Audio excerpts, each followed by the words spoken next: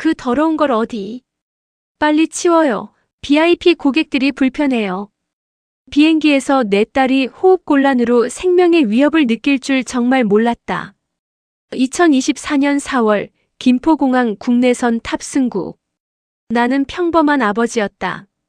딸 서윤의 작은 손을 잡고 제주도로 가는 비행기에 올랐다. 서윤의 코엔 얇은 플라스틱 튜브가 꽂혀 있었다. 산소호흡기. 8년 동안 우리 가족의 일상이 된 장비였다. 아빠, 바다 보러 가는 거지? 서윤이 웃으며 물었다. 나는 고개를 끄덕이고 가방 속 산소통을 다시 한번 확인했다. 항공사에 미리 연락했고 의료기기 사용 승인도 받았다. 모든 준비는 완벽했다. 그런데 저기요, 손님. 날카로운 목소리가 우리를 멈춰 세웠다. 하늘항공 수석 승무원, 이름표엔 박지연이라고 적혀 있었다. 그녀의 눈빛은 차가웠다. 그 장비 기내에서 사용하시면 안 됩니다. 네. 미리 승인받았는데요. 나는 당황해 휴대폰을 꺼냈다. 하지만 그녀는 손을 내저으며 말을 끊었다. 다른 승객들이 불편해합니다. 일단 좌석으로 가세요. 불편? 누가? 무엇이? 의문은 곧 분노로 바뀌었지만 나는 참았다. 서윤이 내 손을 꼭 쥐고 있었다. 아이 앞에서 싸우고 싶지 않았다. 기내는 고요했고 서윤은 창밖 구름을 바라보며 작게 숨을 내쉬고 있었다. 그때 그녀가 다시 나타났다. 손님, 전원 문제로 자리를 옮겨주셔야겠어요. 전원이요? 산소통은 배터리식인데요. 규정입니다. 그녀의 목소리엔 협상의 여지가 없었다. 나는 서윤을 안고 통로 쪽 좌석으로 자리를 옮겼다. 하지만 박지연의 시선은 여전히 우리를 따라왔다. 정확히는 서윤의 산소관을 향해 있었다. 저건 안전에 위배됩니다. 이건 의료기기예요. 아이가 숨을 쉬기 위한. 이런 애는 비행기 타면 안 되죠. 순간 세상이 멈췄다. 그녀의 입에서 나온 말은 차갑고 날카로웠다. 마치 칼날처럼. 정말 없는 것들은. 서윤이 내 팔을 잡았다. 아이의 손이 떨리고 있었다. 나는 일어서려 했지만 그녀가 먼저 손을 뻗었다. 찰칵. 그녀의 손끝이 서윤의 산소관을 쳐냈다. 안 돼요. 내 목소리가 기내를 가득 채웠다. 하지만 이미 늦었다. 서윤의 입술이 파랗게 물들기 시작했다. 작은 가슴이 빠르게 들썩이고 눈동자가 흐려졌다. 삑삑삑. 산소 포화도 측정기에서 경고음이 울렸다. 수치가 급격히 떨어지고 있었다. 92, 88, 84. 서윤아, 서윤아. 나는 아이를 안고 소리쳤다. 주변 승객들이 일어났다. 누군가는 휴대폰을 들었고 누군가는 승무원을 불렀다. 하지만 박지연은 물러서지 않았다. 앉으세요. 다른 승객들에게 방해가 됩니다. 그 순간 나는 깨달았다. 이건 실수가 아니었다. 이건 차별이었다. 그리고 나는 더 이상 참을 수 없었다. 멈춰요. 내 목소리는 낮았지만 단호했다. 나는 천천히 지갑을 열어 금빛 신분증을 꺼냈다. 국토교통부 항공보안국 부국장 이도연입니다. 기내의 공기가 얼어붙었다. 비행기는 1만 피트 상공을 지나고 있었다. 창밖으론 새하얀 구름이 펼쳐져 있었지만 기내의 공기는 무거웠다. 아니, 질식할 것처럼 답답했다. 서윤의 얼굴은 점점 더 하얗게 질려갔다. 삑삑삑. 산소 포화도 측정기의 경고음이 계속 울렸다. 수치는 84에서 더 이상 오르지 않았다. 나는 떨리는 손으로 서윤의 뺨을 쓰다듬었다. 괜찮아, 서윤아. 아빠가 있어. 하지만 아이의 입술은 이미 푸른빛을 띠고 있었다. 작은 가슴이 빠르게 들썩이고 숨소리는 가늘어졌다. 눈동자가 초점을 잃어가고 있었다. 산소관 다시 꽂아야 해요. 내 목소리는 다급했다. 하지만 박지연은 한 걸음도 물러서지 않았다. 오히려 그녀는 더 날카로워졌다. 손님, 진정하세요. 다른 승객들이 불편해합니다. 불편해요? 지금 이 아이가 숨을 못 쉬고 있는데요. 그건 제 책임이 아닙니다.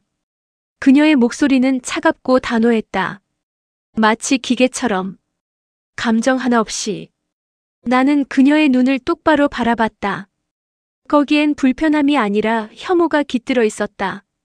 병든 아이를 향한 차갑고 날카로운 혐오. 이 장비는 안전에 위배됩니다. 규정상 즉시 사용을 중단해야 합니다. 규정이요? 어느 규정이죠? 하늘항공 기내 안전 매뉴얼 3조 2항입니다. 그녀는 자신만만하게 대답했다. 하지만 나는 알고 있었다. 그런 조항은 존재하지 않았다. 그녀는 지어낸 것이다. 아이를 내쫓기 위해. 뒤쪽 좌석에서 웅성거림이 들렸다. 승객들이 수군거리기 시작했다. 저 아이 괜찮은 거야? 승무원이 왜 저러는 거지? 산소관 뽑는 건 좀 심한 거 아니야? 하지만 누구도 나서지 않았다. 그저 바라볼 뿐이었다. 박지연은 그 침묵을 이용했다. 여러분 죄송합니다. 곧 정상화하겠습니다. 그녀는 승객들을 향해 공손하게 고개를 숙였다. 하지만 우리를 볼 땐 그 얼굴은 차갑게 굳어 있었다. 그때 한 사람이 자리에서 일어났다. 잠깐만요. 목소리의 주인공은 30대 초반으로 보이는 여성이었다. 단정한 옷차림에 가방엔 병원 이름표가 달려 있었다. 그녀는 빠르게 우리 쪽으로 다가왔다. 저는 간호사입니다. 이 아이 상태 확인해도 될까요? 안 됩니다. 박지연이 그녀를 가로막았다. 승무원의 허락 없이는 자리를 이탈할 수 없습니다. 지금 아이가 위험합니다. 간호사의 목소리가 높아졌다. 하지만 박지연은 미동도 하지 않았다. 앉으세요. 항공법 위반이에요. 항공법? 지금 생명이 위급한데 항공법이 중요해요? 규정은 규정입니다. 둘의 시선이 공중에서 부딪혔다. 긴장이 흘렀다. 승객들은 숨을 죽이고 지켜봤다. 그 순간 서윤이 작게 신음했다. 아이의 몸이 축 늘어졌다. 눈꺼풀이 감기기 시작했다. 산소 포화도는 79까지 떨어졌다. 서윤아. 나는 아이를 흔들었다. 하지만 반응이 없었다. 심장이 미친 듯이 뛰었다. 온몸이 차가워졌다. 이대로는 안 된다. 나는 천천히 일어섰다. 박지연을 똑바로 바라봤다. 그리고 낮은 목소리로 말했다. 마지막으로 경고합니다. 지금 당장 아이에게 산소를 공급하세요. 아니면요. 그녀는 비웃었다.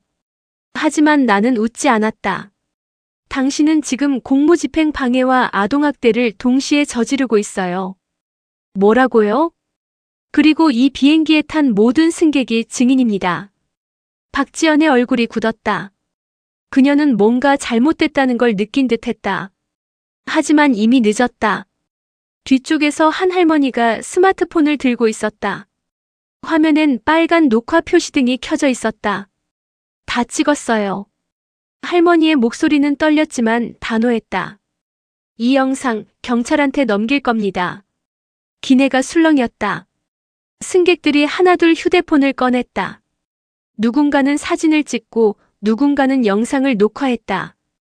박지연의 얼굴이 창백해졌다. 여러분, 오해예요. 저는 안전을 위해. 안전이요? 간호사가 차갑게 말을 끊었다. 지금 당신이 한 행동이 이 아이를 죽일 뻔했어요. 삑삑삑. 경고음은 계속 울렸다. 서윤의 숨소리는 점점 더 약해졌다. 나는 더 이상 참을 수 없었다.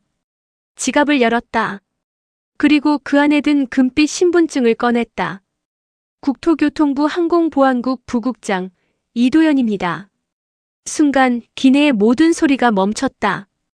박지연의 얼굴이 하얗게 질렸다. 그녀는 한 걸음 뒤로 물러섰다. 입술이 파르르 떨렸다. 지금 당신은... 네. 당신의 모든 행동을 기록하고 있습니다. 나는 천천히 말했다. 그리고 이 비행기가 착륙하는 순간 당신은 체포될 겁니다. 기내는 얼어붙었다. 모든 승객이 숨을 죽이고 우리를 바라봤다. 박지연의 얼굴은 창백했고 그녀의 손은 미세하게 떨리고 있었다. 국토교통부, 항공보안국. 그녀의 목소리가 갈라졌다. 나는 신분증을 그녀 앞에 천천히 내밀었다. 금빛 배지가 기내 조명에 반짝였다. 이도현, 부국장. 확인하시겠습니까? 박지연은 한 발 뒤로 물러섰다. 그녀의 눈빛이 흔들렸다. 당황, 두려움 그리고 여전히 남아있는 오만함이 뒤섞여 있었다. 그렇다고 해도요. 저는 규정에 따라 행동했을 뿐입니다. 규정이요? 나는 차갑게 웃었다. 하늘항공 기내 안전 매뉴얼 어디에도 의료기기 사용을 금지하는 조항은 없습니다. 오히려 항공안전법 제47조는 승무원이 승객의 생명과 안전을 최우선으로 보호할 의무를 명시하고 있죠. 당신은 지금 그 의무를 위반했습니다. 내 목소리는 낮았지만 기내 전체에 울려 퍼졌다. 아동의 생명 유지 장치를 강제로 제거했고 응급 상황에서 의료인의 접근을 막았으며 승객들 앞에서 환자를 모욕했습니다. 박지연의 입술이 파르르 떨렸다. 하지만 그녀는 여전히 물러서지 않았다. 다른 승객들이 불편해했어요. 저는 다수의 안전을 위해. 거짓말 마세요. 뒤쪽에서 목소리가 들렸다. 간호사였다. 그녀는 박지연을 똑바로 바라보며 말했다. 저도 승객입니다. 그리고 저는 전혀 불편하지 않았어요.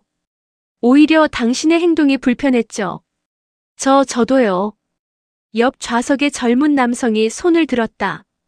저 아이가 산소 쓰는 거 아무 문제 없었어요. 근데 승무원이 갑자기 뽑는 건 너무했어요. 맞아요. 창가 쪽 중년 여성도 고개를 끄덕였다. 애가 얼마나 무서웠겠어요. 저도 엄마인데 보기 너무 안쓰러웠어요. 목소리들이 하나둘 터져 나왔다. 승객들이 용기를 냈다. 침묵의 벽이 무너지기 시작했다.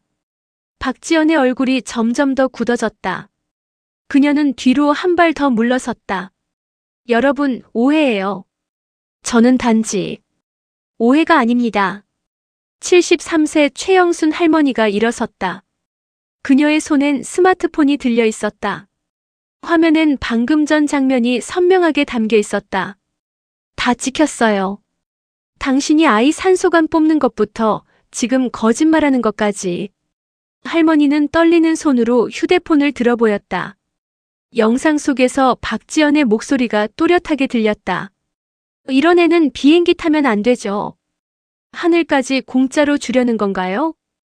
기내가 다시 한번 술렁였다. 승객들의 표정이 굳었다. 누군가는 고개를 저었고 누군가는 한숨을 내쉬었다. 저것 봤어요? 와, 진짜 저렇게 말했네. 애한테 어떻게 저런 말을 해? 박지연의 얼굴이 새하얗게 질렸다. 그녀는 할머니에게 다가가려 했다. 그거 삭제하세요. 초상권 침해예요. 안 돼요. 할머니는 단호하게 고개를 저었다. 이건 증거예요. 범죄 증거. 범죄라니요. 박지연의 목소리가 높아졌다. 하지만 간호사 한라은이 그녀를 막아섰다. 맞아요. 범죄예요. 한라은은 침착하게 말했다. 저는 10년차 응급실 간호사입니다. 그리고 지금 제가 본 건 명백한 의료방해 행위예요. 환자의 생명 유지 장치를 고의로 제거한 건 형법상 폭행, 아니 상해죄로도 처벌받을 수 있어요. 저는 몰랐어요. 몰랐다고요? 한라은의 목소리가 차갑게 가라앉았다. 산소 포화도 측정기에서 경고음이 울렸어요. 아이 얼굴이 파래지는 걸 다 봤잖아요. 그런데도 산소를 돌려주지 않았죠. 그게 몰랐다는 변명이 될까요? 박지연은 대답하지 못했다. 그녀의 입술이 바르르 떨렸다. 그때 기내 인터폰에서 기장의 목소리가 흘러나왔다. 승무원 조종석으로 연락 바랍니다. 지금 당장. 박지연은 떨리는 손으로 인터폰을 집어들었다. 예, 기장님. 지금 무슨 일입니까? 승객들 신고가 조종석까지 들어왔습니다. 그게 약간의 오해가 있었습니다. 오해요? 기장의 목소리가 차갑게 가라앉았다. 국토부 고위 공무원이 탑승한 항공편에서 환자 아동을 학대했다는 게 오해입니까? 3분 안에 조종석으로 오십시오. 지금 즉시. 통신이 끊겼다. 박지연의 얼굴은 완전히 무너졌다. 그녀는 비틀거리며 뒤로 물러섰다. 나는 서윤을 꼭 안았다. 아이의 체온이 조금씩 돌아오고 있었다. 한라은 간호사가 빠르게 다가와 산소관을 다시 연결해줬다. 괜찮아요. 이제 괜찮아요. 한라은의 목소리는 따뜻했다. 서윤의 입술이 천천히 분홍빛을 되찾기 시작했다. 삑삑삑. 경고음이 멈췄다. 산소 포화도가 다시 올라갔다. 84, 89, 93. 아빠. 서윤이 작게 속삭였다. 나는 아이의 머리를 쓰다듬었다. 응, 아빠가 여기 있어. 뒤쪽에서 박수 소리가 들렸다. 한 사람, 두 사람, 그리고 점점 더 많은 승객들이 박수를 쳤다. 한라은 간호사는 조용히 자리로 돌아갔다. 하지만 그녀의 눈빛은 여전히 단호했다. 박지연은 통로 끝에 서서 우리를 바라봤다. 그녀의 얼굴엔 공포와 후회가 뒤섞여 있었다. 이건 이렇게 될 일이 아니었는데. 하지만 아무도 그녀의 말을 듣지 않았다. 기내 곳곳에서 스마트폰이 켜졌다. 승객들은 SNS에 글을 올리기 시작했다. 해시태그 하늘항공 447편 해시태그 실시간. 지금 비행기 안에서 승무원이 병든 아이 산소관 뽑았습니다. 이거 실화냐? 인터넷은 이미 들끓고 있었다. 기내의 공기가 달라졌다. 박지연은 통로 한가운데 서서 떨고 있었다. 그녀의 얼굴은 창백했고 손은 주먹을 쥐었다 폈다를 반복했다. 조종석으로 가라는 기장의 명령이 떨어졌지만 그녀는 움직이지 못했다. 아니, 움직이지 않았다. 저는요. 그녀의 목소리가 떨렸다. 하지만 여전히 변명을 찾고 있었다. 정말 안전 때문에 그랬어요. 의료기기가 다른 전자장비에 영향을 줄 수도 있잖아요. 거짓말입니다. 내가 차갑게 말했다. 의료용 산소호흡기는 항공기 전자장비에 어떠한 영향도 주지 않습니다. 이미 수십 년 전부터 입증된 사실이죠. 그리고 당신도 그걸 알고 있었을 겁니다. 저는 승무원 교육과정에 의료기기 탑승 승객 응대 매뉴얼이 포함되어 있습니다. 당신은 15년차 수석 승무원이죠. 모를 리 없어요. 박지연의 입이 다물어졌다. 그녀는 더 이상 변명할 말을 찾지 못했다. 나는 천천히 일어섰다. 서윤을 한라은 간호사에게 조심스럽게 맡기고 박지연 앞으로 걸어갔다. 당신이 내 딸의 산소관을 뽑았을 때 뭐라고 했죠? 이런 애는 비행기 타면 안 된다. 하늘까지 공짜로 주려는 건가? 맞습니까? 박지연은 고개를 돌렸다. 하지만 나는 물러서지 않았다. 그 말이 뭘 의미하는지 아십니까? 저는 그냥 당신은 차별했습니다. 내 목소리가 기내에 울려 퍼졌다. 장애와 질병을 가진 아이를 공공장소에서 존재해서는 안 되는 사람으로 취급했어요. 그건 명백한 인권 침해이자 장애인 차별금지법 위반입니다. 아니에요. 저는 그런 뜻이 아니었어요. 박지연의 목소리가 높아졌다. 하지만 그녀의 눈빛은 흔들리고 있었다. 그럼 무슨 뜻이었습니까? 나는 한 걸음 더 다가갔다. 8살 아이를 보고 더럽다고 했던 그 말은 무슨 뜻이었어요? 저는 그런 말 안 했어요. 했습니다. 뒤쪽에서 최영순 할머니가 일어섰다. 그녀는 휴대폰을 들어 보였다. 영상에 다 나와요. 그 더러운 걸 치워요. 정상인들 곁에서 숨쉬게 하지 마요. 당신 목소리로요. 기내가 또다시 술렁였다. 승객들의 눈빛이 차갑게 변했다. 와, 진짜 저렇게 말했어? 정상인? 그럼 저 애는 비정상이란 거야? 완전 차별 아냐? 박지연의 얼굴이 새빨개졌다. 분노인지 수치심인지 알 수 없었다. 저는 단지 뭡니까? 내가 물었다. 당신은 지금까지 몇 명의 환자를 이렇게 대했습니까? 내 딸이 처음입니까? 아니면 이런 일이 반복되어 온 겁니까? 박지연은 대답하지 못했다. 그녀의 침묵이 답이었다. 그때 뒤쪽 좌석에서 한 중년 남성이 일어섰다. 죄송한데요. 그는 떨리는 목소리로 말했다. 저도 6개월 전에 하늘항공 탔었는데요. 제 아버지가 휠체어 타셨거든요. 그때도 저 승무원이었어요. 네. 나는 그를 바라봤다. 그때도 똑같았어요. 다른 승객 불편하다면서 제일 뒤쪽 구석 자리로 옮기라고 했어요. 아버지가 화장실 가고 싶다고 하셨는데도 비행 중엔 안 된다면서 막았고요. 남성의 목소리가 떨렸다. 결국 아버지는 참지 못하셨어요. 그날 아버지가 얼마나 창피해 하셨는지. 기내가 조용해졌다. 무겁고 냉랭한 침묵이 흘렀다. 그때 민원 넣으셨어야죠. 내가 물었다. 넣었어요. 하늘항공 고객센터에. 근데 답변이 뭔 줄 아세요? 승무원의 판단은 적절했다. 기내 안전을 위한 조치였다. 이게 답변이었어요. 남성은 박지연을 똑바로 바라봤다. 당신 이번이 처음이 아니죠? 박지연의 얼굴이 굳었다. 그녀는 한 발 뒤로 물러섰다. 저는 규정대로 했을 뿐이에요. 규정이요? 한라은 간호사가 차갑게 웃었다. 저도 2년 전에 하늘항공 탔었어요. 당뇨병 환자 승객이 저혈당 증세 보였는데 당 보충제 먹는 걸 막았던 승무원 있었죠. 혹시 당신이었나요? 그때 그 환자는 결국 쓰러졌어요.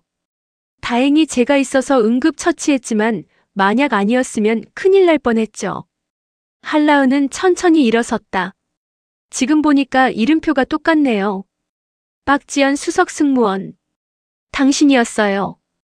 박지연의 입술이 파르르 떨렸다. 그녀는 뒤로 또 한 발 물러섰다. 저는 당신은 사람을 차별했습니다. 나는 단호하게 말했다. 환자를, 장애인을, 노인을. 당신 눈엔 그들이 불편한 존재였겠죠. 정상적이지 않은 사람들. 그래서 함부로 대했고 모욕했고 위험에 빠뜨렸어요. 아니에요. 박지연이 소리쳤다. 저는 당신은 틀렸습니다. 나는 지갑에서 금빛 신분증을 다시 꺼냈다. 그리고 그녀 앞에 천천히 내밀었다. 국토교통부 항공보안국 부국장 이도연입니다. 박지연의 눈이 커졌다. 저는 대한민국의 모든 항공기 안전과 보안을 책임집니다. 그리고 그 안전에는 모든 승객의 인권도 포함됩니다. 지금 당신은 공무집행을 방해했고 아동을 학대했으며 장애인을 차별했습니다. 이 3가지는 모두 형사처벌 대상입니다. 나는 한 걸음 더 다가갔다. 그리고 이 비행기가 착륙하는 순간 당신은 체포될 겁니다. 박지연의 다리가 휘청거렸다. 그녀는 벽에 기댔다. 안 돼요. 저는 15년 동안 이렇게 해왔다는 거죠? 내 목소리는 차갑고 낮았다. 그럼 더 큰 문제예요. 이건 당신 개인의 문제가 아니라 하늘항공 전체의 문제니까요. 기내 인터폰에서 다시 기장의 목소리가 들렸다. 박지연 승무원, 지금 즉시 조종석으로 오십시오. 이건 명령입니다. 박지연은 비틀거리며 앞으로 걸어갔다. 그녀의 얼굴엔 눈물이 흘렀다. 하지만 아무도 동정하지 않았다. 승객들은 조용히 그녀를 지켜봤다. 차갑고 단호한 시선으로. 나는 서윤에게 돌아갔다. 아이는 한라은의 품에 안겨 조용히 숨을 쉬고 있었다. 괜찮아, 서윤아. 나는 아이의 손을 꼭 잡았다. 이제 다 끝났어. 조종석 문이 열렸다. 박지연이 비틀거리며 안으로 들어갔다. 그녀의 뒷모습은 초라했다. 15년 경력의 수석 승무원이라는 자부심은 온데간데 없었다. 문이 닫혔다. 기내는 다시 조용해졌다. 하지만 긴장감은 여전했다. 승객들은 서로 눈빛을 주고받으며 수군거렸다. 저 승무원 어떻게 되는 거야? 당연히 잘리겠지. 잘리는 걸로 끝날까? 범죄잖아. 나는 서윤을 무릎에 앉혔다. 아이의 얼굴엔 다시 생기가 돌았다. 산소 포화도는 95를 유지하고 있었다. 한라은 간호사가 옆에 앉아 계속 상태를 지켜봐주고 있었다. 정말 괜찮아요? 한라은이 부드럽게 물었다. 서윤은 작게 고개를 끄덕였다. 네. 이제 괜찮아요. 용감한 아이네. 한라은은 미소 지으며 서윤의 머리를 쓰다듬었다. 그리고 나를 바라봤다. 부국장님 정말 잘하셨어요. 아니에요. 당연한 일을 했을 뿐입니다. 당연한 일이지만 아무나 할 수 있는 건 아니에요. 한라은의 목소리는 진지했다. 저도 병원에서 환자 차별 많이 봤어요. 하지만 대부분 참고 넘어가죠. 힘이 없으니까.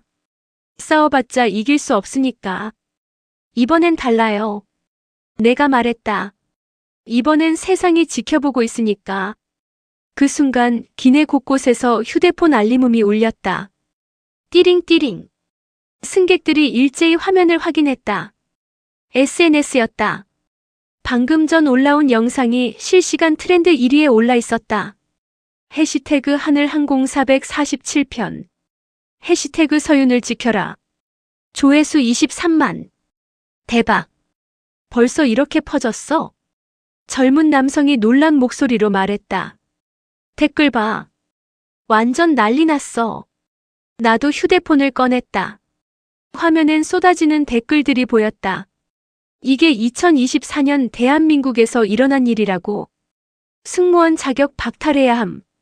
당장. 하늘항공 불매운동 동참합니다. 저 아이 부모님 심정 생각하면. 국토부 부국장이라니. 승무원 인생 끝났네. 댓글은 계속 올라왔다. 분노, 안타까움, 지지가 뒤섞여 있었다. 그때 조종석 문이 다시 열렸다. 박지연이 아니었다. 기장 최재훈이었다. 그는 50대 중반의 백발 남성이었다. 제복은 단정했고 표정은 단호했다. 그는 천천히 기내를 둘러봤다. 그리고 나를 향해 걸어왔다. 이도현 부국장님이십니까? 네, 그렇습니다. 나는 일어서서 악수를 청했다. 최재훈 기장은 굳은 표정으로 내 손을 잡았다. 기장 최재훈입니다. 죄송합니다. 아니에요. 기장님 잘못이 아닙니다. 하지만 제 항공기에서 일어난 일입니다. 책임은 제게 있습니다. 최재훈의 목소리는 무겁고 진지했다. 조종석에서 박지연 승무원에게 사정을 들었습니다. 하지만 변명의 여지가 없습니다. 저는 지금 즉시 제주관제센터에 비상 상황을 선언하겠습니다. 응급 착륙합니다. 비상 상황이요? 네. 기내에서 아동 학대 사건이 발생했고 환자가 생명 위협을 받았습니다. 이건 명백한 비상 상황입니다. 최재훈은 승객들을 향해 몸을 돌렸다. 그리고 기내 방송 마이크를 집어들었다. 승객 여러분께 알려드립니다. 그의 목소리가 스피커를 통해 울려 퍼졌다. 저는 이 항공기의 기장 최재훈입니다. 방금 전 기내에서 발생한 사건에 대해 깊이 사과드립니다. 기내가 조용해졌다. 모두가 귀를 기울였다. 승무원의 부적절한 행동으로 어린 승객이 위험에 처했습니다. 이는 용납할 수 없는 일입니다. 최재훈의 목소리는 떨리지 않았다. 단호하고 명확했다. 저는 지금 제주관제센터에 비상 상황을 선언하고 즉시 착륙하겠습니다. 착륙 후 관계 당국이 탑승해 조사를 진행할 것입니다. 승객 여러분께는 다시 한번 깊이 사과드립니다. 그리고 약속드립니다. 이런 일은 다시는 일어나지 않을 것입니다. 방송이 끝났다. 잠시 침묵이 흘렀다. 그리고 누군가 박수를 쳤다. 짝짝짝. 한 사람, 두 사람, 점점 더 많은 승객들이 박수를 쳤다. 박수 소리가 기내를 가득 채웠다. 최재호는 고개를 숙였다. 그리고 조종석으로 돌아갔다. 나는 서윤을 꼭 안았다. 아이가 작게 속삭였다. 아빠, 우리 제주도 못 가는 거야? 갈 수 있어. 조금만 기다리면 돼. 응. 서윤은 내 품에 얼굴을 묻었다. 나는 아이의 등을 토닥였다. 몇 분 후 기내 방송이 다시 울렸다. 제주관제센터입니다. 하늘항공 447편 비상 상황 확인했습니다. 우선 착륙 허가합니다. 활주로 7번 사용하세요. 하늘항공 447편 이해했습니다. 활주로 7번으로 접근하겠습니다. 비행기가 기울었다. 하강을 시작했다. 창밖으로 제주도의 푸른 바다가 보였다. 한라은이 서윤의 안전벨트를 확인했다. 이제 곧 도착해요. 조금만 참아요. 네. 서윤은 창밖을 바라봤다. 아이의 눈엔 불안과 호기심이 섞여 있었다. 아빠, 저 승무원 언니는 어떻게 돼? 나는 잠시 망설였다. 하지만 거짓말하고 싶지 않았다. 나쁜 일을 하면 벌을 받게 돼. 그게 공정한 거야. 언니가 나쁜 사람이야? 아니야. 나쁜 행동을 한 거지. 서윤은 고개를 끄덕였다. 완전히 이해하지는 못했지만 받아들이는 듯 했다. 비행기가 계속 하강했다. 고도가 낮아졌다. 제주공항이 점점 가까워졌다. 그리고 마침내 쿵! 바퀴가 활주로에 닿았다. 비행기가 천천히 속도를 줄였다. 창밖으로 경찰차와 구급차가 보였다. 파란 불빛이 회전하고 있었다. 그 옆엔 검은색 승합차도 서 있었다. 항공특별사법경찰 차량이었다. 비행기가 완전히 멈췄다. 기내 문이 열렸다. 제복을 입은 경찰관들이 탑승했다. 그들은 신속하고 침착하게 움직였다. 국토교통부 항공특별사법경찰입니다. 박지연 승무원은 어디 계십니까? 박지연이 떨리는 다리로 앞으로 나왔다. 그녀의 얼굴은 눈물로 범벅이었다. 저예요. 박지연 씨, 아동학대 및 업무상 과실 혐의로 긴급 체포합니다. 묵비권을 행사할 수 있습니다. 수갑이 채워졌다. 찰칵. 박지연이 울음을 터뜨렸다. 아니에요. 저는 그럴 생각이 아니었어요. 하지만 아무도 듣지 않았다. 경찰은 그녀를 기내 밖으로 데리고 나갔다. 승객들은 조용히 지켜봤다. 나는 서윤을 안고 자리에서 일어났다. 한라은이 우리 가방을 챙겨줬다. 이제 괜찮아요. 다 끝났어요. 감사합니다, 간호사님. 아니에요. 당연한 일이었어요. 우리는 천천히 기내를 빠져나왔다. 활주로엔 따뜻한 제주의 바람이 불고 있었다. 서윤이 깊게 숨을 들이마셨다. 아빠, 공기 좋다. 그래, 좋지. 나는 아이를 안고 하늘을 올려다봤다. 푸르고 맑은 하늘이 펼쳐져 있었다. 제주공항 활주로는 혼란스러웠다. 경찰차 3대, 구급차 2대, 그리고 항공특별사법경찰 차량이 비행기를 둘러싸고 있었다. 파란 불빛이 회전하며 주변을 비췄다. 멀리서 기자들도 보였다. 카메라를 든 채 달려오고 있었다. 저게 뭐야? 기자들이 벌써 왔어? 승객들이 수군거렸다. 창밖을 내다보며 놀란 표정을 지었다. 나는 서윤을 꼭 안고 기내 출구로 향했다. 한라은 간호사가 옆에서 우리를 도왔다. 최영순 할머니도 뒤따라왔다. 부국장님 괜찮으시겠어요? 한라은이 걱정스럽게 물었다. 네, 괜찮습니다. 기자들 질문 많이 할 텐데. 준비돼 있습니다. 나는 침착하게 대답했다. 사실 마음은 복잡했다. 하지만 이건 피할 수 없는 일이었다. 아니, 피해서는 안 되는 일이었다. 기내 문을 나서자 따뜻한 바람이 얼굴을 스쳤다. 제주의 4월은 포근했다. 하지만 분위기는 전혀 포근하지 않았다. 이도현 부국장님. 기자들이 소리쳤다. 카메라 플래시가 터졌다. 사건에 대해 한 말씀 해주시겠습니까? 따님 상태는 괜찮습니까? 하늘항공에 대해 어떤 조치를 취하실 계획입니까? 질문이 쏟아졌다. 나는 잠시 멈춰섰다. 서윤을 한라은에게 조심스럽게 맡겼다. 잠깐만 기다려줄래? 응, 아빠. 서윤은 고개를 끄덕였다. 나는 기자들을 향해 몸을 돌렸다. 간단히 말씀드리겠습니다. 내 목소리는 차분했지만 단호했다. 오늘 하늘항공 447편에서 심각한 인권 침해 사건이 발생했습니다. 수석 승무원이 의료기기를 사용 중인 어린 환자의 생명 유지 장치를 강제로 제거했습니다. 기자들이 메모를 했다. 카메라가 돌아갔다. 현재 해당 승무원은 아동학대 및 업무상 과실 혐의로 체포됐습니다. 국토교통부는 하늘항공에 대한 특별조사를 즉시 시작할 것입니다. 부국장님, 하늘항공에 대한 처분은 어떻게 되나요? 한 기자가 물었다. 모든 가능성을 열어두고 조사하겠습니다. 만약 이것이 회사 차원의 구조적 문제로 밝혀진다면 운항정지를 포함한 강력한 조치가 취해질 것입니다. 운항정지요? 네. 승객의 안전과 인권을 보장하지 못하는 항공사는 하늘을 날 자격이 없습니다. 내 말에 기자들이 술렁였다. 카메라 셔터 소리가 빠르게 터졌다. 마지막으로 한 말씀만 드리겠습니다. 나는 카메라를 똑바로 바라봤다. 하늘은 모든 사람의 것입니다.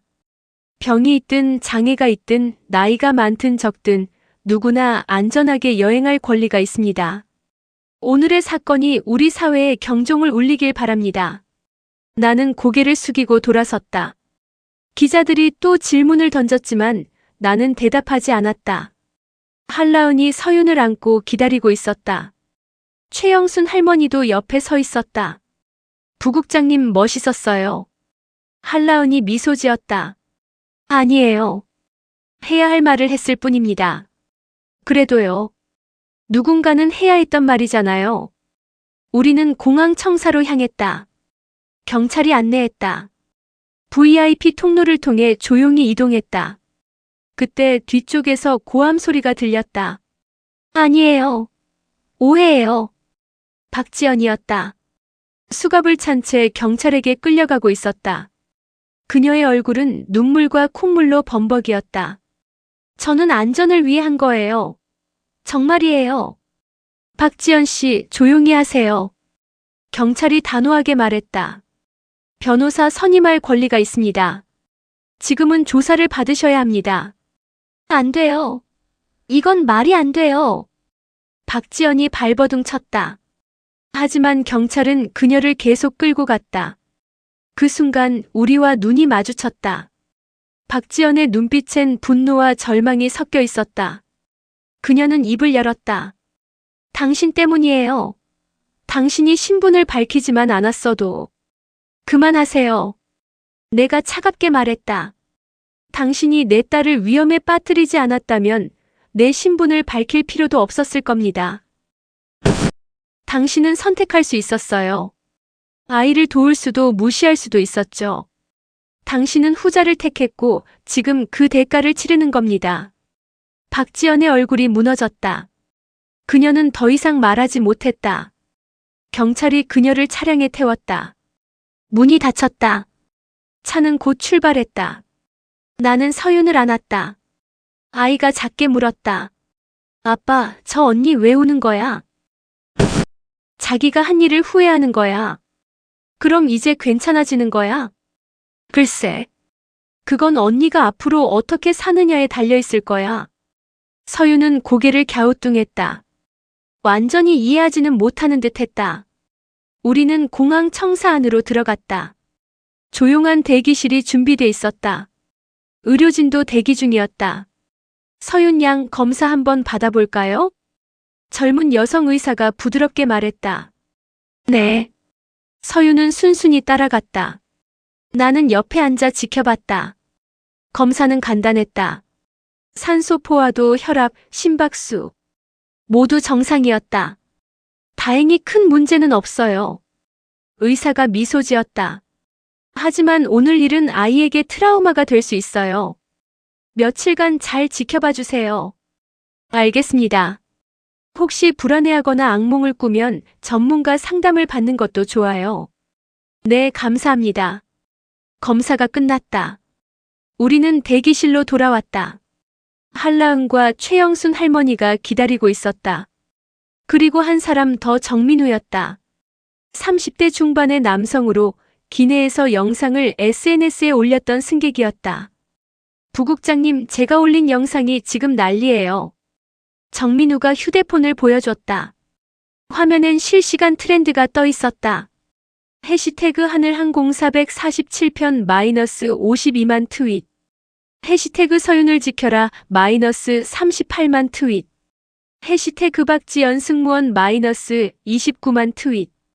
해시태그 항공사 인권 -21만 트윗. 조회수가 지금 150만 넘었어요. 댓글도 5만 개 이상이고요. 나는 말없이 화면을 내려봤다. 댓글들이 끝없이 올라오고 있었다. 하늘항공 불매한다. 진심으로. 저 승무원 절대 용서 못함. 국토부 제대로 조사해라. 이거 빙산의 일각일 것 같은데. 서윤이 괜찮기를. 너무 마음 아프다. 이도현 부국장님 존경합니다. 정민우가 조심스럽게 물었다. 부국장님, 인터뷰 하나만 해주실 수 있을까요? 제가 시민기자로 활동하거든요. 지금은 아닙니다. 나는 고개를 저었다. 딸이 먼저예요. 나머지는 나중에. 알겠습니다. 죄송합니다. 정민우는 물러섰다. 하지만 그의 눈빛은 진지했다. 하지만 부국장님, 이 일은 끝나지 않을 겁니다. 사람들이 분노하고 있어요. 변화를 원하고 있고요. 알아요. 나는 조용히 대답했다. 그래서 제가 끝까지 갈 겁니다. 그 순간 내 휴대폰이 울렸다. 국토부 장관이었다. 여보세요. 이 부국장 나야. 지금 상황 다 봤네. 괜찮은가? 네, 괜찮습니다. 딸은? 안정됐습니다. 다행이군. 자네 큰일 벌였어. 장관의 목소리는 무거웠다. 하늘항공 주가가 폭락하고 있어. 여론도 날리고. 청와대에서도 연락 왔네. 하지만 자네가 옳았어. 이건 반드시 바로잡아야 할 일이야. 감사합니다, 장관님. 내일 당장 특별조사팀 꾸리게. 하늘항공 전면 감사 들어간다. 알겠습니다. 전화가 끊어졌다. 나는 창밖을 바라봤다. 저 멀리 활주로에 비행기들이 서 있었다. 하늘은 여전히 푸르고 맑았다. 하지만 이제 그 하늘은 달라질 것이다. 모두를 위한 하늘로. 다음 날 아침 대한민국은 분노했다. 모든 뉴스 채널이 같은 영상을 반복해서 틀었다. 박지연이 서윤의 산소관을 뽑는 장면. 아이의 얼굴이 파래지는 순간. 그리고 그녀가 내뱉은 차갑고 잔인한 말들. 이런 애는 비행기 타면 안 되죠. 그 더러운 걸 치워요.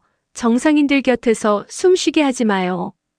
화면 속 목소리는 명료했다. 부정할 여지가 없었다. 나는 제주 호텔방에서 TV를 켰다. 서윤은 옆 침대에서 아직 자고 있었다. 어젯밤 악몽을 꿨는지 몇 번 깼었다. 나는 밤새 아이 곁을 지켰다. 뉴스 앵커의 목소리가 흘러나왔다. 하늘 위의 혐오, 그날 비행기 안에서 무슨 일이 있었을까요? 어제 김포발 제주행 하늘항공 447편에서 충격적인 사건이 발생했습니다. 화면이 바뀌었다. 공항에서 내가 한 인터뷰가 나왔다. 하늘은 모든 사람의 것입니다. 병이 있든 장애가 있든. 앵커가 다시 나타났다. 이 사건으로 하늘항공은 현재 주가가 전날 대비 27% 폭락했으며 국토교통부는 전면 특별감사를 예고했습니다. 화면이 또 바뀌었다. 거리 인터뷰였다. 진짜 충격적이에요. 21세기에 이런 일이? 20대 여성이 분노에 찬 목소리로 말했다. 저도 가족 중에 장애인이 있거든요. 남의 일 같지 않아요. 60대 남성이 고개를 저었다. 항공사가 사람을 사람으로 안 본 거죠. 돈으로만 본 거예요. 인터뷰는 계속됐다. 모두가 같은 말을 했다. 분노, 실망, 변화에 대한 갈망. 내 휴대폰이 울렸다. 국토부 차관이었다. 이 부국장 봤나? 네, 지금 보고 있습니다. 여론이 심상치 않아. SNS는 완전히 폭발했고 시민단체들도 움직이기 시작했네. 장관님 지시야. 오늘 오후 2시에 긴급 기자회견 하신다네. 자네도 참석해야 해. 알겠습니다. 그리고 하늘항공 대표도 소환했어. 국회 국토교통위원회에서도 청문회 추진 중이고. 빠르네요. 여론이 이 정도면 빨라질 수밖에. 자네 준비 단단히 해. 전화가 끊어졌다. 나는 창밖을 바라봤다. 제주의 아침은 맑았다. 하지만 내 마음은 무거웠다. 이건 시작에 불과했다. 서윤이 침대에서 일어났다. 아빠. 응, 일어났어? 나는 아이 곁으로 갔다. 서윤의 얼굴엔 아직 피곤함이 남아 있었다. 악몽 꿨어? 응. 비행기 타는 꿈. 무서웠지? 서윤은 고개를 끄덕였다. 나는 아이를 꼭 안았다. 괜찮아. 이제 다 끝났어. 정말? 응. 아빠가 지켜줄게. 서윤은 내 품에 얼굴을 묻었다. 작고 따뜻한 숨결이 느껴졌다. 그때 TV에서 새로운 뉴스가 나왔다. 속보입니다. 국토교통부가 하늘항공에 대해 전면 운항정지 명령을 검토 중인 것으로 알려졌습니다. 내 휴대폰이 다시 울렸다. 이번엔 장관이었다. 이 부국장.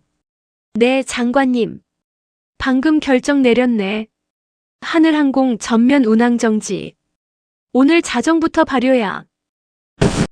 과거 5년간 민원 기록 다 뒤졌어. 자네 딸 사건이 처음이 아니더군. 장애인, 노인, 환자 승객 차별 민원이 127건이야. 127건. 장관의 목소리가 떨렸다. 회사는 이걸 다 묵인했어. 아니, 방조했지. 승무원 인권 교육은 형식적이었고 민원 처리는 덮기에 급급했고. 알겠습니다. 오후 기자회견에서 발표할 거야. 자네도 꼭 참석하게. 네. 전화가 끊어졌다. 나는 TV를 껐다. 서윤이 물었다. 아빠, 우리 이제 집에 가. 응, 조금 있다가 갈 거야. 아빠가 일 좀 하고. 무슨 일? 세상을 조금 바꾸는 일. 서윤은 고개를 갸우뚱했다. 나는 미소 지었다. 나중에 크면 이해할 거야. 오후 2시. 서울국토교통부 청사. 기자회견장은 발 디딜 틈이 없었다. 카메라가 즐비했고 기자들이 빼곡히 앉아 있었다. 생중계 표시등이 붉게 켜져 있었다. 장관이 단상에 올랐다. 나도 그 옆에 섰다. 국민 여러분께 말씀드립니다. 장관의 목소리는 무겁고 단호했다. 어제 발생한 하늘항공 447편 사건은 단순한 승무원 개인의 일탈이 아닙니다. 이는 항공사 전체의 구조적 문제입니다. 기자들이 일제히 메모했다. 국토교통부는 하늘항공에 대한 긴급 감사를 실시했습니다. 그 결과 과거 5년간 장애인, 환자, 노인 등 사회적 약자에 대한 차별 민원이 127건 접수됐음을 확인했습니다. 기자회견장이 술렁였다. 하지만 하늘항공은 이를 적절히 처리하지 않았습니다. 형식적인 사과로 일관했고 재발 방지 대책은 전무했습니다. 장관은 잠시 멈췄다. 그리고 단호하게 말했다. 이에 국토교통부는 하늘항공에 대해 전면 운항정지 명령을 내립니다. 오늘 자정부터 발효됩니다. 기자회견장이 술렁였다. 카메라 플래시가 미친 듯이 터졌다. 또한 항공안전법 개정안을 추진하겠습니다. 공정비행법이라 명명할 이 법은 항공기 내 모든 형태의 차별을 명시적으로 금지하고 위반 시 강력한 처벌을 규정할 것입니다. 장관이 나를 바라봤다. 이도현 부국장이 세부 내용을 설명하겠습니다. 나는 단상으로 나갔다. 수십 개의 카메라가 나를 향했다. 공정비행법의 핵심은 세 가지입니다. 나는 침착하게 말했다. 첫째, 의료기기 사용 승객에 대한 보호. 항공사는 사전 승인된 의료기기 사용을 어떤 이유로도 제한할 수 없습니다. 둘째, 승무원 인권 교육 의무화. 모든 승무원은 연 2회 이상 인권 교육을 이수해야 하며 미이수 시 승무 자격이 정지됩니다. 셋째, 차별 행위에 대한 강력한 처벌. 승객을 차별한 승무원은 최대 5년 이하 징역 또는 5천만 원 이하 벌금에 처해집니다. 기자들의 손이 일제히 올라갔다. 질문 받겠습니다. 부국장님, 하늘항공 운항 정지로 인한 경제적 피해는 어떻게 하실 겁니까? 승객의 인권이 경제보다 우선입니다. 피해는 최소화하도록 대체 항공편을 마련하겠습니다. 이번 사건이 개인의 일탈이 아니라는 증거가 있습니까? 127건의 민원 기록이 증거입니다. 회사는 이를 알고도 방치했습니다. 따님은 지금 괜찮으신가요? 나는 잠시 멈췄다. 신체적으론 괜찮습니다. 하지만 정신적 상처는 쉽게 아물지 않을 겁니다. 내 목소리가 잠깐 떨렸다. 그래서 이 일을 끝까지 밀고 갈 겁니다. 내 딸뿐 아니라 모든 아이들이 안전하게 하늘을 날 수 있도록. 기자회견장에 박수가 터졌다. 그날 저녁 대한민국의 모든 뉴스는 같은 헤드라인을 뽑았다. 하늘항공 전면 운항 정지. 공정비행법 추진. 항공기 내 차별 강력 처벌. 127건의 묵인된 차별, 빙산의 일각인가. SNS는 또다시 폭발했다. 국토부 제대로 하네. 응원한다. 이도현 부국장님, 끝까지 가주세요. 하늘항공 망해도 싸다. 해시태그 서윤을 지켜라. 그날 밤 나는 서윤과 함께 서울 집에 돌아왔다. 아이는 자기 방 침대에 누워 천장을 바라봤다. 아빠. 응. 나 때문에 많은 사람들이 힘들어지는 거야? 아니야. 나는 아이 곁에 앉았다. 너 때문이 아니야. 잘못한 사람들 때문이지. 그래도. 서윤아. 나는 아이의 손을 잡았다. 내가 용감했어. 내가 참았기 때문에 이제 다른 아이들은 같은 일을 겪지 않아도 돼. 서윤의 눈에 눈물이 고였다.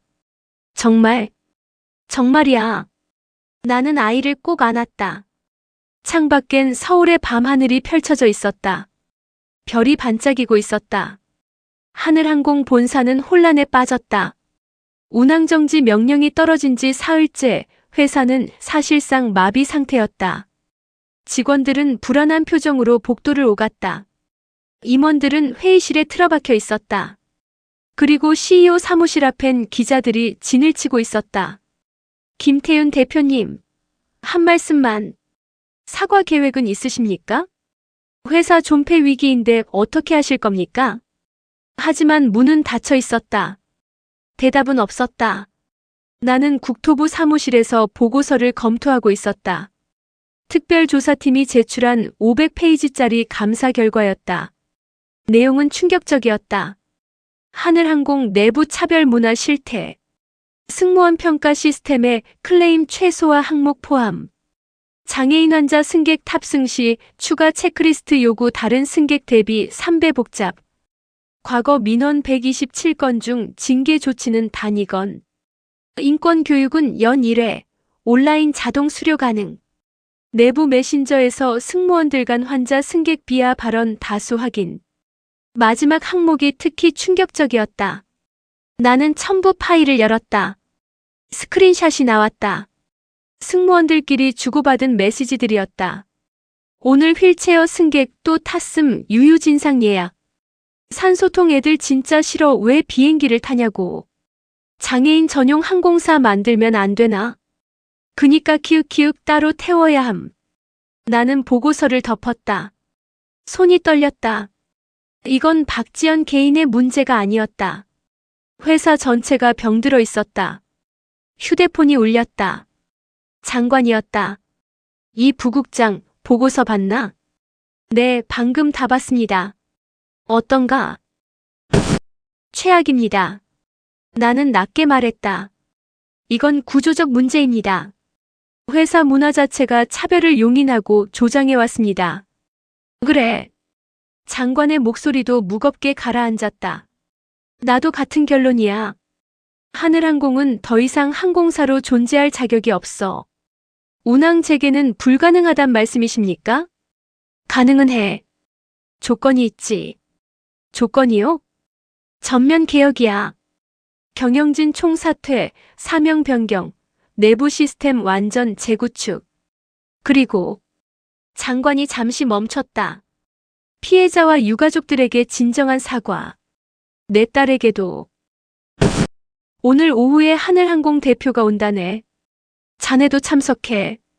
알겠습니다. 전화가 끊어졌다. 오후 3시. 국토부 회의실. 김태윤 하늘항공 대표가 들어왔다. 50대 중반의 남성으로 얼굴은 창백했고 눈 밑엔 다크서클이 짙었다. 그의 뒤로 변호사 2명이 따라왔다. 장관이 그를 맞았다. 악수는 없었다. 앉으시죠. 감사합니다. 김태윤은 떨리는 목소리로 대답했다. 그는 자리에 앉으며 나를 힐끗 쳐다봤다. 나는 표정을 바꾸지 않았다. 김 대표. 장관이 차갑게 입을 열었다. 우리가 왜 당신을 불렀는지 알고 있겠죠? 네. 알고 있습니다. 그럼 할 말이 있겠군요. 죄송합니다. 김태윤은 고개를 숙였다. 회사를 이끄는 사람으로서 이런 일이 발생한 것에 대해 깊이 사과드립니다. 사과요? 장관이 비웃었다. 지금 필요한 건 사과가 아닙니다. 책임입니다. 당신은 5년간 127건의 차별 민원을 알고도 방치했습니다. 승무원 교육은 형식적으로 진행했고 내부 차별 문화는 묵인했죠. 장관은 두꺼운 보고서를 탁자에 던졌다. 쿵 소리가 울렸다. 이게 증거입니다. 당신 회사에 민낯이죠. 김태윤의 얼굴이 더욱 창백해졌다. 변명하지 않겠습니다. 모두 제 책임입니다. 책임지실 겁니까? 네. 어떻게 해요? 김태윤은 잠시 망설였다. 그리고 천천히 말했다. 사퇴하겠습니다. 경영에서 물러나겠습니다. 당신만요? 아닙니다. 임원진 전체가 물러나겠습니다. 그 다음은 회사를 재건하겠습니다. 완전히 새롭게. 김태윤은 고개를 들었다. 그의 눈빛엔 결연함이 있었다. 사명도 바꾸겠습니다. 하늘항공이란 이름은 더 이상 사용하지 않겠습니다. 새로운 이름으로 새로운 가치로 다시 시작하겠습니다. 사명을 바꾼다고 본질이 바뀝니까? 내가 처음으로 입을 열었다. 김태윤이 나를 바라봤다. 부국장님, 당신 회사는 사람을 차별했습니다. 병든 아이를, 장애인을, 노인을. 그들을 불편한 존재로 취급했죠. 죄송합니다. 사과는 제게 하는 게 아닙니다. 나는 차갑게 말했다. 제 딸에게 하세요. 그리고 지난 5년간 당신 회사에서 차별받은 모든 승객들에게 그들 앞에 무릎 꿇고 용서를 구하세요. 진심으로. 그게 재건의 첫걸음입니다. 김태윤은 고개를 숙였다. 그의 어깨가 떨렸다. 알겠습니다. 그렇게 하겠습니다. 장관이 말했다. 운항 재개를 원한다면 조건이 있습니다. 말씀하십시오. 첫째, 경영진 전원 교체. 둘째, 사명 변경 및 CI 재구축. 셋째, 전 직원 인권 교육 의무화. 넷째, 피해자들에 대한 공식 사과와 배상. 다섯째, 독립적인 인권감독위원회 설치. 정부와 시민단체가 참여하는 상설기구입니다. 모두 수용하겠습니다. 김태윤은 단호하게 대답했다. 그리고 한 가지 더. 말씀하십시오. 서윤규칙. 내가 말했다. 의료기기 사용 승객을 위한 특별보호 절차입니다. 탑승부터 하기까지 전 과정에서 안전과 존엄을 보장하는 시스템이죠. 서윤? 네. 제 딸 이름입니다. 나는 김태윤을 똑바로 바라봤다. 이 규칙을 모든 항공사에 의무화할 겁니다. 당신 회사가 첫 시범 사례가 되는 겁니다. 감사합니다. 영광입니다. 김태윤의 눈에 눈물이 고였다. 꼭 성공시키겠습니다. 다시는 이런 일이 없도록. 회의가 끝났다. 김태윤은 일어서며 깊이 고개를 숙였다. 부국장님 따님께 직접 사과드려도 될까요? 나는 잠시 망설였다. 아직은 아닙니다. 아이가 아직 회복 중입니다. 알겠습니다. 준비가 되면 말씀해 주십시오. 언제든 찾아뵙겠습니다. 김태윤은 회의실을 나갔다. 장관이 나를 바라봤다. 잘했네. 아직 끝나지 않았습니다. 그래. 이제 시작이지. 장관은 창밖을 바라봤다. 하지만 자네 알아야 해. 자네가 역사를 바꾸고 있다는 걸. 서윤 규칙. 좋은 이름이야. 한 아이의 이름이 모든 아이를 지키는 방패가 되는 거지. 나는 아무 말도 하지 못했다. 목이 메었다. 3주 후. 하늘항공은 공식적으로 하나항공으로 재탄생했다. 새로운 로고가 공개됐다. 푸른 하늘을 배경으로 손을 맞잡은 사람들의 실루엣. 슬로건은 간단했다. 하늘은 모두의 것입니다. 첫 운항은 김포 마이너스 제주 노선이었다. 바로 그 447편이었다. 하지만 이번엔 달랐다. 모든 승무원은 새로운 교육을 이수했다. 서윤 규칙 매뉴얼을 숙지했다. 기내엔 의료 승객을 위한 특별 좌석이 마련됐다. 그리고 첫 승객은 휠체어를 탄 노인이었다. 승무원이 미소 지으며 다가갔다. 어서 오십시오. 편안한 여행 되시길 바랍니다. 노인은 놀란 표정을 지었다. 그리고 눈물을 흘렸다. 고맙습니다. 정말 고맙습니다. 그 모습이 뉴스에 나왔다. 대한민국은 조용히 박수를 보냈다. 4개월이 지났다. 여름이 왔고 서울은 무더웠다. 하지만 김포공항 국내선 2층은 시원했다. 새로 단장한 라운지 입구에 흰 리본이 걸려 있었다. 서윤 스카이 라운지 개관식. 나는 서윤의 손을 잡고 입구 앞에 섰다. 아이는 새 원피스를 입고 있었다. 산소호흡기는 여전히 코에 꽂혀 있었지만 얼굴엔 미소가 가득했다. 아빠, 여기 내 이름이 있어. 응, 그래. 나는 고개를 끄덕였다. 이제 이곳은 너처럼 도움이 필요한 친구들을 위한 곳이야. 나 같은 친구들. 응. 병원 가야 하는 친구들, 휠체어 타는 친구들, 할머니, 할아버지들. 모두 편하게 쉴 수 있는 곳이지. 서윤은 눈을 반짝이며 주위를 둘러봤다. 라운지 안은 넓고 밝았다. 부드러운 소파, 의료장비 충전시설, 휠체어 접근 가능한 화장실, 그리고 간호사가 상주하는 의료 상담실까지. 모든 것이 세심하게 설계돼 있었다. 와, 예쁘다. 서윤이 작게 탄성을 질렀다. 주위엔 사람들이 모여 있었다. 장관, 국회의원들, 시민단체 대표들, 그리고 언론. 카메라가 우리를 향했다. 한라은 간호사도 와 있었다. 그녀는 이제 하나항공의 의료자문위원이었다. 최영순 할머니도 보였다. 정민우도 있었다. 그는 이제 항공인권 전문 기자로 활동하고 있었다. 서윤아, 준비됐어? 장관이 다가와 부드럽게 물었다. 네. 서윤은 씩씩하게 대답했다. 그럼 리본 자를까? 큰 가위가 서윤에게 건네졌다. 나는 아이 뒤에서 함께 가위를 잡았다. 하나, 둘, 셋. 샤샤삭. 흰 리본이 잘렸다. 박수가 터져나왔다. 축하합니다. 서윤이 대단해요. 사람들의 환호 속에서 문이 열렸다. 서윤은 조심스럽게 안으로 들어갔다. 라운지 중앙엔 작은 동판이 걸려 있었다. 서윤은 그것을 읽었다. 서윤 스카이 라운지. 모든 아이는 하늘을 볼 권리가 있습니다. 2024년 8월 15일 개관. 서윤의 눈에 눈물이 고였다. 아빠. 이게 나 때문에 생긴 거야? 응.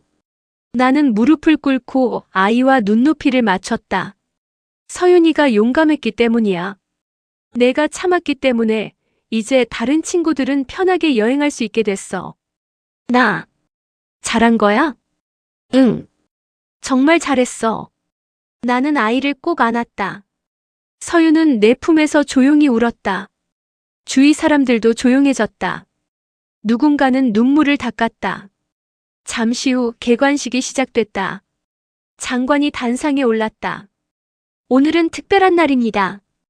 그의 목소리는 따뜻했다. 4개월 전 우리는 부끄러운 사건을 목격했습니다. 하늘 위에서 한 아이가 차별받고 위험에 처했죠. 하지만 그 아이는 포기하지 않았습니다. 그리고 그 아버지도 침묵하지 않았습니다. 장관은 나를 바라봤다. 이도현 부국장, 그리고 서윤 양. 2분 덕분에 대한민국의 하늘이 바뀌었습니다. 박수가 터졌다. 서윤 규칙은 이제 모든 항공사에 의무화됐습니다. 의료기기를 사용하는 모든 승객은 안전하게 보호받을 권리가 법으로 보장됩니다. 공정비행법도 지난주 국회를 통과했습니다. 항공기 내 모든 차별 행위는 이제 범죄입니다. 장관의 목소리가 높아졌다. 그리고 오늘 이곳 서윤 스카이라운지가 문을 엽니다. 전국 14개 공항에 순차적으로 개관할 첫 번째 라운지입니다. 이곳은 단순한 휴게실이 아닙니다. 이곳은 존엄의 공간입니다. 누구도 배제되지 않고 누구도 차별받지 않는 공간입니다. 박수가 다시 터졌다. 더 크고 더 길게. 장관이 단상에서 내려왔다. 그리고 서윤에게 다가왔다. 서윤 양 한마디 해줄 수 있을까요?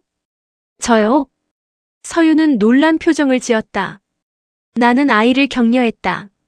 할 수 있어. 내가 하고 싶은 말 하면 돼.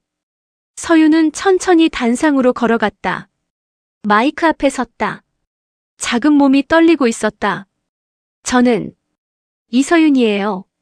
아이의 목소리가 스피커를 통해 울려 퍼졌다. 저는 아파요. 숨 쉬는 게 힘들어요. 그래서 이 기계가 필요해요. 서윤은 코에 꽂힌 산소관을 가리켰다. 비행기 탈 때 무서웠어요. 사람들이 저를 이상하게 볼까봐. 저 때문에 불편해할까봐. 근데 이제는 괜찮을 것 같아요. 서윤은 주위를 둘러봤다. 여기 있는 분들이 저를 도와주셨어요. 아빠도 간호사 선생님도 할머니도. 그래서 이제는 서윤의 목소리가 떨렸다. 이제는 누구도 저처럼 무서워하지 않아도 될 것 같아요. 숨 쉬는 걸 부끄러워하지 않아도 되고요. 서윤은 작게 미소 지었다. 고맙습니다. 박수가 터졌다. 우레와 같은 박수였다. 사람들이 일어섰다. 기립박수였다. 나는 눈물을 닦았다. 한라은도 울고 있었다. 최영순 할머니도 손수건으로 눈을 닦았다. 서윤은 단상에서 내려와 내게 달려왔다. 나는 아이를 꼭 안았다. 잘했어, 서윤아. 정말 잘했어. 아빠도 고마워. 응. 아빠가 지켜줘서. 나를 포기하지 않아서. 나는 더 이상 참을 수 없었다. 눈물이 쏟아졌다. 아빠는 절대 포기하지 않아. 절대. 개관식이 끝나고 사람들이 라운지를 둘러봤다. 한쪽에선 휠체어를 탄 할아버지가 편하게 쉬고 있었다. 다른 쪽에선 젊은 엄마가 산소호흡기를 쓴 아기를 안고 있었다. 의료 상담실에선 간호사가 환자와 대화하고 있었다. 모두가 편안해 보였다. 안전해 보였다. 이곳에선 누구도 불편한 존재가 아니었다. 모두가 그냥 사람이었다. 정민우가 다가왔다. 그는 카메라를 들고 있었다. 부국장님, 인터뷰 하나만 해도 될까요? 네, 괜찮습니다. 4개월 전 그날 후회하진 않으세요? 후회요? 나는 고개를 저었다. 전혀요. 오히려 자랑스럽습니다. 무엇이요? 제 딸이요. 나는 서윤을 바라봤다. 아이는 한라은과 함께 라운지를 구경하고 있었다. 서윤이는 작지만 강합니다. 아팠지만 포기하지 않았죠. 그리고 그 용기가 세상을 바꿨습니다. 부국장님의 용기도요. 아니요. 나는 미소 지었다. 저는 그냥 아빠였을 뿐입니다. 아이를 지키고 싶었던. 정민우는 고개를 끄덕였다. 그리고 마지막 질문을 했다. 앞으로의 계획은요? 계속 싸울 겁니다. 나는 단호하게 말했다. 아직도 차별받는 사람들이 많으니까요. 공항에서, 비행기에서, 그리고 일상에서. 그들이 안전하고 존엄하게 살 수 있을 때까지. 멋지십니다. 정민우는 카메라를 껐다. 해가 저물었다. 라운지 창밖으로 활주로가 보였다. 비행기들이 이륙하고 착륙했다. 하늘로 오르고 땅으로 내려왔다. 서윤이 창가에 서서 비행기를 바라봤다. 아빠, 나 다음엔 저 비행기 탈 수 있을까? 응, 물론이지. 무섭지 않을까? 조금 무서울 수도 있어. 하지만 나는 아이 옆에 앉았다. 이제는 너를 지켜줄 사람들이 많아. 승무원들도 다른 승객들도. 그리고 무엇보다 나는 서윤의 손을 잡았다. 아빠가 있잖아. 서윤은 환하게 웃었다. 그럼 다음엔 제주도 갈까? 그래, 가자. 이번엔 끝까지. 우리는 창밖을 바라봤다. 저 멀리 비행기 한 대가 하늘로 떠올랐다. 석양빛을 받으며 점점 높이 올랐다. 6개월 후 겨울. 국회 국토교통위원회 청문회장은 사람들로 가득 찼다. 의원들, 언론, 시민단체, 그리고 방청석엔 휠체어를 탄 사람들, 산소호흡기를 든 가족들, 지팡이를 짚은 노인들이 앉아 있었다. 나는 증인석에 앉아 있었다. 마이크 앞에 물 한 잔이 놓여 있었다. 위원장이 말했다. 의도현 부국장님, 오늘 이 자리에 나와주셔서 감사합니다. 불러주셔서 감사합니다. 6개월 전 하늘항공 447편 사건 이후 우리 사회는 많은 것이 바뀌었습니다. 오늘은 그 변화에 대해 듣고자 합니다. 네, 말씀드리겠습니다. 나는 준비한 자료를 펼쳤다. 서윤 규칙 시행 6개월 결과입니다. 화면에 통계가 떴다. 마이너스 의료기기 사용 승객 전년 대비 340% 증가. 마이너스 관련 민원 97% 감소. 마이너스 승객 만족도 89점 전년 대비 42점. 마이너스 항공사 직원 인권 교육 이수율 100%. 숫자가 말해줍니다. 나는 침착하게 설명했다. 이제 더 많은 환자들이 안심하고 비행기를 탑니다. 그리고 더 이상 차별받지 않습니다. 한 의원이 질문했다. 하지만 항공사들의 반발도 있었죠? 초반엔 있었습니다. 비용 증가, 운영 복잡도 상승 등을 이유로요. 어떻게 해결하셨습니까? 설득했습니다. 나는 잠시 멈췄다. 안전과 인권은 비용이 아니라 의무라고. 그리고 장기적으론 기업 이미지 개선으로 이어진다고요. 실제로 그랬습니까? 네. 하나항공의 경우 재출범 후 고객 신뢰도가 급상승했습니다. 매출도 회복세로 돌아섰고요. 의원들이 고개를 끄덕였다. 또 다른 의원이 물었다. 부국장님, 개인적으로 묻겠습니다. 따님은 지금 어떻습니까? 나는 잠시 망설였다. 그리고 천천히 말했다. 여전히 치료 중입니다. 하지만 많이 좋아졌습니다. 정신적으로도요? 처음엔 악몽을 꿨습니다. 비행기만 봐도 떨었죠. 내 목소리가 잠깐 흔들렸다. 하지만 3개월 전 서윤이가 말했습니다. 아빠, 나 다시 비행기 타고 싶어라고요.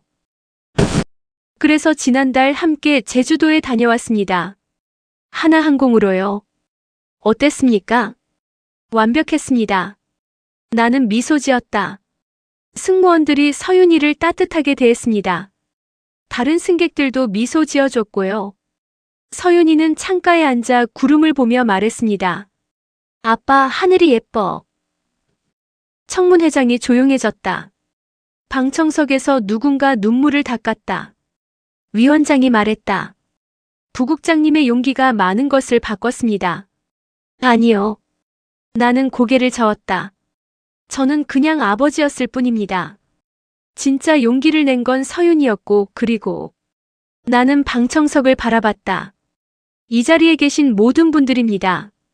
영상을 찍어준 최영순 할머니, 응급처치를 해준 한라은 간호사, SNS에 알린 정민우 씨, 그리고 침묵하지 않은 수백만 국민들. 박수가 터졌다. 방청석에서 시작된 박수가 전체로 번졌다. 청문회가 끝나고 나는 로비로 나왔다. 기자들이 기다리고 있었다. 하지만 이번엔 질문이 달랐다. 부국장님, 다음 목표는 무엇입니까? 철도입니다. 나는 단호하게 말했다. 기차에서도 같은 차별이 벌어지고 있습니다. 다음은 그곳을 바꿀 겁니다. 그 다음은요? 버스, 지하철, 모든 대중교통, 그리고 병원, 학교, 공공장소. 나는 카메라를 똑바로 바라봤다. 차별이 남아있는 한 저는 멈추지 않을 겁니다. 그날 저녁 집으로 돌아왔다. 서윤은 거실에서 그림을 그리고 있었다. 나는 조용히 다가가 옆에 앉았다. 뭐 그려? 비행기. 서윤이 환하게 웃으며 그림을 보여줬다. 파란 하늘, 흰 구름, 그리고 큰 비행기 한 대. 비행기 창문엔 작은 여자아이가 손을 흔들고 있었다. 예쁘다. 이거 나야, 아빠. 나 비행기 타고 있는 거. 그래, 보이네. 다음엔 엄마랑 같이 갈 거야. 아빠도. 그래, 꼭 가자. 나는 아이를 안았다. 서윤의 작은 심장 소리가 들렸다. 규칙적이고 힘찼다. 살아있는 소리. 희망의 소리. 그날 밤 나는 컴퓨터를 켰다. 뉴스 사이트를 열었다. 댓글 창을 내렸다. 이도현 부국장님 존경합니다. 서윤이 덕분에 우리 아이도 비행기 탔어요. 고맙습니다. 하늘은 정말 모두의 것이네요. 다음은 철도. 응원합니다. 해시태그 서윤을 지켜라는 끝나지 않는다. 나는 댓글을 하나하나 읽었다. 그리고 조용히 답글을 달았다. 고맙습니다. 함께 만들어 갑시다. 모두를 위한 세상을. 엔터키를 눌렀다. 창밖으로 서울의 밤하늘이 보였다. 별이 반짝이고 있었다. 저 멀리서 비행기 한 대가 지나갔다. 깜빡이는 불빛을 남기며 나는 창가에 섰다. 하늘을 올려다봤다. 서윤아. 나는 작게 속삭였다. 우리가 해냈어. 하늘을 바꿨어. 너와 나 그리고 모두 함께. 바람이 불었다. 따뜻하고 부드러운 바람. 그 바람 속에서 나는 들었다. 수백, 수천, 수만 명의 목소리를. 고맙습니다. 힘내세요. 함께 갑니다. 나는 눈을 감았다. 그리고 다짐했다. 이 싸움은 끝나지 않는다. 차별이 남아있는 한, 누군가 울고 있는 한, 나는 멈추지 않는다. 1년 후 김포공항. 새로 단장한 국내선 청사벽면에 큰 현수막이 걸렸다. 대한민국 공항 무장벽 인증 1호. 모든 아이는 하늘을 볼 권리가 있다. 그 아래엔 작은 동판이 있었다. 이 공간은 이서윤 양과 침묵하지 않은 모든 이들을 기리며 2025년 건립되었습니다. 나는 서윤과 함께 그 앞에 섰다. 아이는 더 이상 산소호흡기를 쓰지 않았다. 6개월간의 새로운 치료로 상태가 많이 호전됐다. 물론 완치는 아니었다. 하지만 아이는 강했다. 아빠, 저기 내 이름 있어. 응, 보여. 나 유명해진 거야? 응. 넌 영웅이야. 서윤은 수줍게 웃었다. 우리는 탑승구로 향했다. 이번엔 제주가 아니었다. 부산이었다. 가족여행이었다. 게이트 앞에서 승무원이 우리를 맞았다. 이도현 부국장님, 이서윤 양 어서 오세요. 감사합니다. 편안한 여행 되시길 바랍니다. 저희가 함께하겠습니다. 승무원은 진심으로 미소 지었다. 우리는 비행기에 올랐다. 창가 좌석에 앉았다. 비행기가 움직이기 시작했다. 활주로를 달렸다. 그리고 떠올랐다. 서윤이 창밖을 바라보며 말했다. 아빠, 구름이다. 예쁘지? 응, 진짜 예뻐. 아이의 눈이 반짝였다. 두려움 없이 기쁨으로 가득 차서 나는 아이의 손을 잡았다. 그리고 창밖을 바라봤다. 푸르고 넓은 하늘이 펼쳐져 있었다.